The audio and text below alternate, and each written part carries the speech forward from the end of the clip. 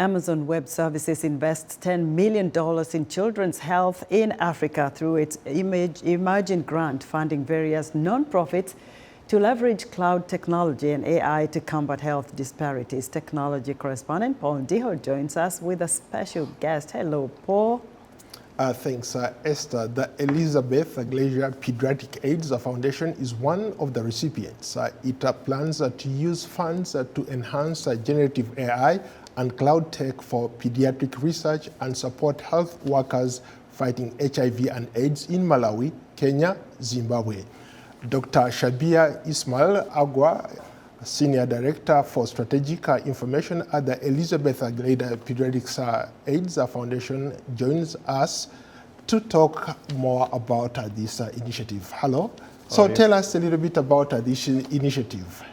So this initiative, which the Amazon Web Services collaborates with ECPAF, the Elizabeth Glacier Pediatric AIDS Foundation, Amazon has one of its objectives really in terms of, using some of the cloud technologies to improve healthcare, the quality of healthcare. And ECPAF, its mission primarily is really for eradication of pediatric HIV, for AIDS-free generation, would like to use technologies to improve quality of care. And this is a perfect opportunity where the tech companies and implementing partners come together to do that. So that's what we are working, and we're working on developing a number of AI models, generative models, predictive models that we are currently working on. And ECPAF is a recipient of the first, actually the 3 grants from Amazon Web Services.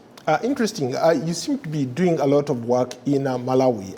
Your generative AIs are already working out there. How can this help people, especially people who are fighting these HIV/AIDS, the people who work in that space? How can generative AI help them to do their jobs better? So basically, what generative AI does is that it really helps the healthcare workers in guiding them in making a better clinical decision making, because it provides, for example, for interpreting the diagnostics, the imaging, for example, so it quickly can read X-rays, CT scans, MRIs, and so forth. So it's really used for screening, and especially for children. Now this is being worked on.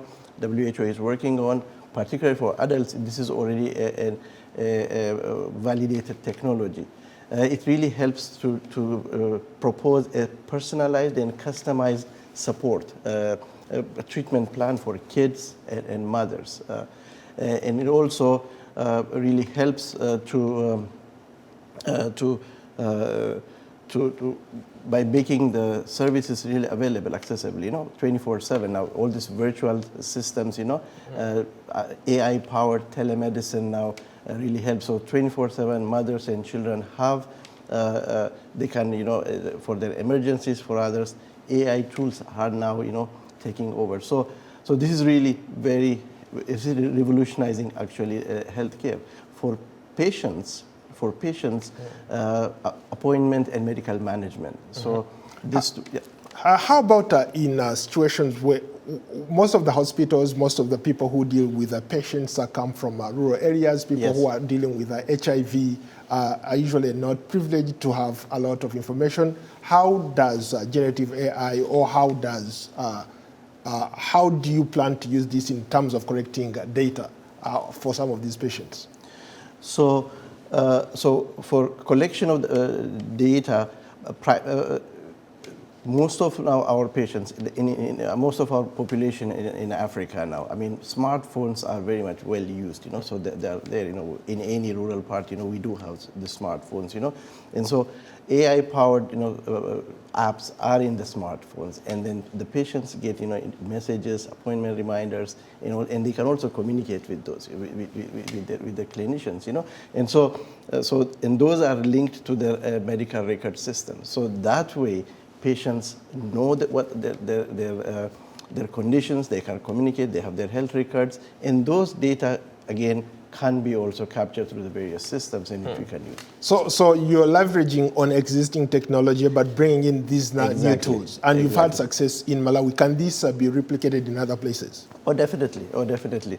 What has been done in Malawi, Malawi is one of the, resource limited countries, and so the national patient level electronic medical record and health information ecosystem that has been built in Malawi, there is no reason that cannot be built in other African countries, provided that there is a political will and there is a political commitment and the donor commitment and have the right implementing partners in place.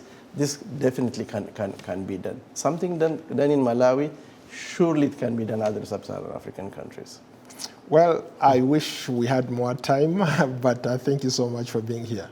Thank you, Paul. It was my pleasure. A pleasure. Thank you.